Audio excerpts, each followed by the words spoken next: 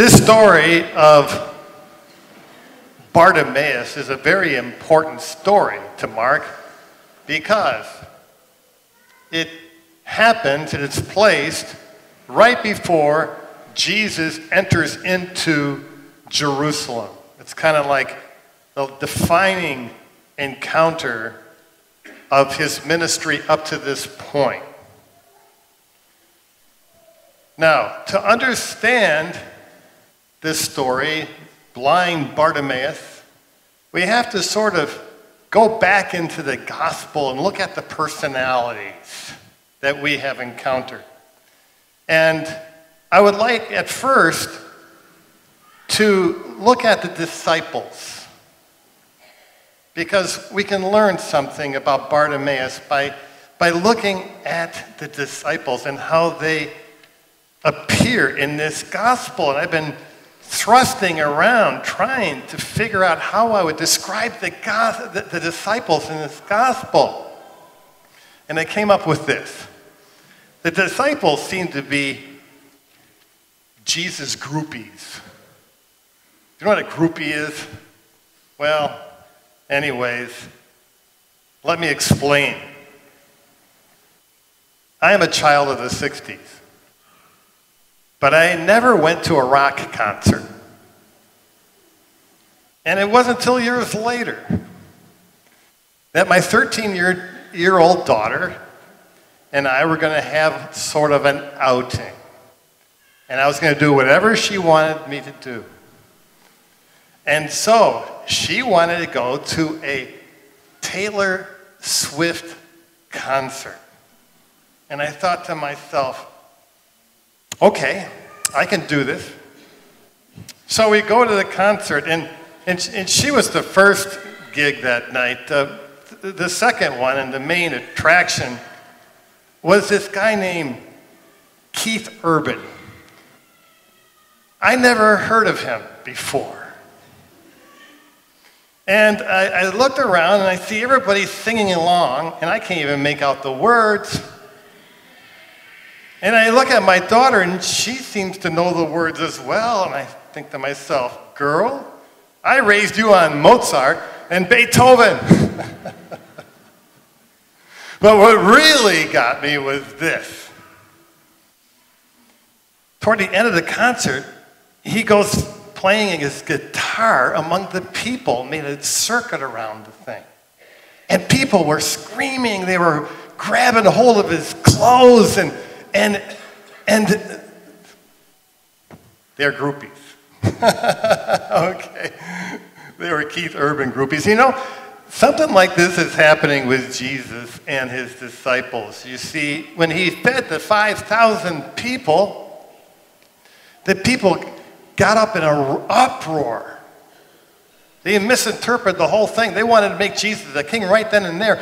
And we learn from the Gospels that the disciples themselves were caught up in this groupie thing. And that Jesus had to separate the disciples. He put them on a boat and he sent them away. And he dismissed the crowd. And then we see that the reason for this is that they didn't understand what he was doing in this miracle because their hearts were hardened. Now, we have another episode where Jesus feeds the 4,000. And his disciples answered him, "How can one feed these men with bread here in the desert? This can only be interpreted as a colossal failure of faith." They just saw Jesus do this before with the 5,000. They were not living by faith.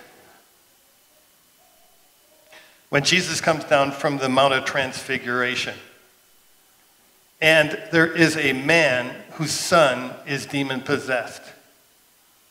And he tells Jesus, "I asked your disciples to cast it out, and they were not able." And he answered them, Jesus answered and said, "O faithless generation." He was speaking about his own disciples. What's with them? And they came to Capernaum, and when he was in the house, he asked them, what were you discussing on the way? And they were silent. Why? What were they doing?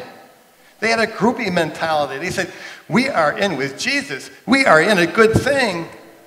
And they were basically arguing among themselves who was the greatest. When people bring children for Jesus to bless them, what did the disciples do? They said, get them away. They're not important. They're not important like us because we're in the in crowd. We're in the in crowd of the groupies. And then we have in last week's gospel, we see James and John coming to Jesus, and they ask him, hey, why don't you let us sit one on the right and one on the left? Wow. They're just not getting it. They're not getting it at all. Now, in comparison to all this, I would like to show you who the heroes are. The heroes of Mark's gospel. First, we have Jairus in a synagogue. And what does he do? When he sees Jesus, he falls at his feet and he begs him, saying, my little daughter is at the point of death. Come lay your hands on her so that she may live and be well. What faith! I don't see the disciples coming to Jesus and falling at the feet. Do you? No. I love this other one too, with the Syrophoenician woman. She's basically a Canaanite woman with a demon-possessed daughter. I love it. Jesus leaves the country only one time in his ministry. And the only thing that is recorded of this visit is this woman, who would have been considered unimportant. She would be considered even as a dog. And Jesus, to test her, says, it is not right to take the children's bread and throw it to the dogs. But she answered him and said, yes, Lord, yet even the dogs under the table eat the children's crumb. Jesus was impressed with this woman. And then, with that story which we just alluded to, with the healing of the boy, with a demon, the father brought him to Jesus. And Jesus says to him,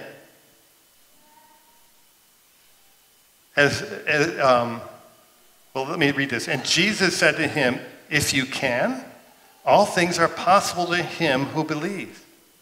Immediately the father-child cried out and said, I believe. Help my unbelief. This is the only place where this statement is said, right here. I believe, but help my unbelief. What a beautiful statement that is, isn't it?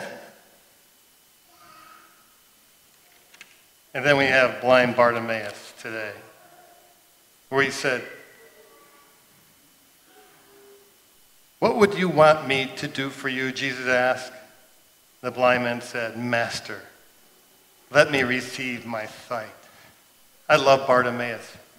He hears that Jesus is coming. What does he do? He gets up and he starts yelling, Jesus, Son of David, have mercy on me. And he became obnoxious about it. And people are trying to shut him down. But he had such passion, such determination, such faith that he couldn't be shut down.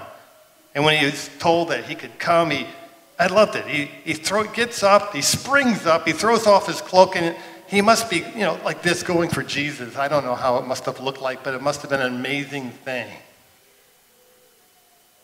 Jesus healed him. So what does this teach us? This blind man. And how does this fit in to the disciples who were groupies? Isn't it beautiful that it was the disciples themselves who wrote this book? This is how we know that these stories are so true. Because how in the world would they portray themselves so poorly? And the heroes of the stories, this ragtag group of people who were unimportant. And yet, what were they all doing? What was their reaction to Jesus? Faith. They had a desperation. They knew that they were in need. The disciples didn't really know they were in need. All they had was these stars in his eyes and saying, oh my, what is it in it for me? And these people, this ragtag group of people who are the heroes in the stories, knew that they were missing something. Bartimaeus, he knew he was blind. Do we know that we're blind? Do we really feel the fact that we cannot really see? That there's so many things that clutter up our minds and hearts. And we don't have the passion of these people. We don't feel the desperation of our situation. This is what we can learn from Bartimaeus. He is us. So let us, like him, spring up, grope our way to Jesus, and ask him to open our eyes that we may see Jesus.